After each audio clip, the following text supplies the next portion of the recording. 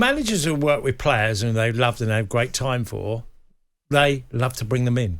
They've worked with them before. They love them as professionals. They love what they can deliver.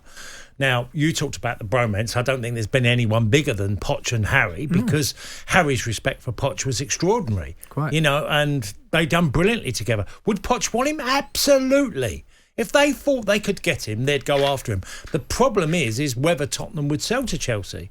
Now, Chelsea could fund it. Would Harry go? Well, we never know because he's never been asked the question. But the Poch lure is a big one. Of course. So, it's a weird one because there are Chelsea fans and likewise Tottenham fans.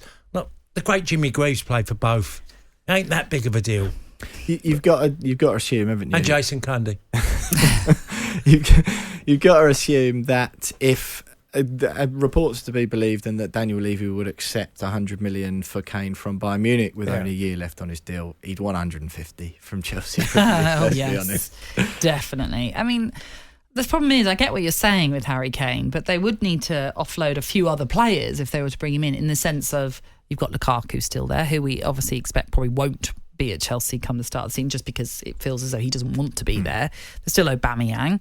They brought in Cuckoo. They've just brought in Jackson as well. There's a few forward options there. So I don't know. Again, you're going to end up in a situation where if they brought in Kane as well, you're going to be like, there's a few unhappy people here if we don't get rid of them all. When Poch would have had a conversation with Chelsea, I can't believe he wouldn't have mentioned that we desperately need the number 9 and this is the one I work with and I've got so much admiration for and is a perfect fit for the way I want to play. But then Cuckoo can play number 9. Well, league, isn't it? He's more of a left-sided.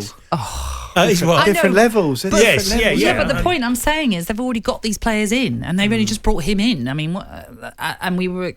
So the suggestion is that was one of the roles he would. It's a valid point. I mean, you couldn't even trade, could you? You couldn't really say Lukaku could go to Spurs and then you give Spurs another 50, 60, whatever million, because I don't think that. I'm not sure that. After his performances at Chelsea would have sort of warranted a move to Spurs.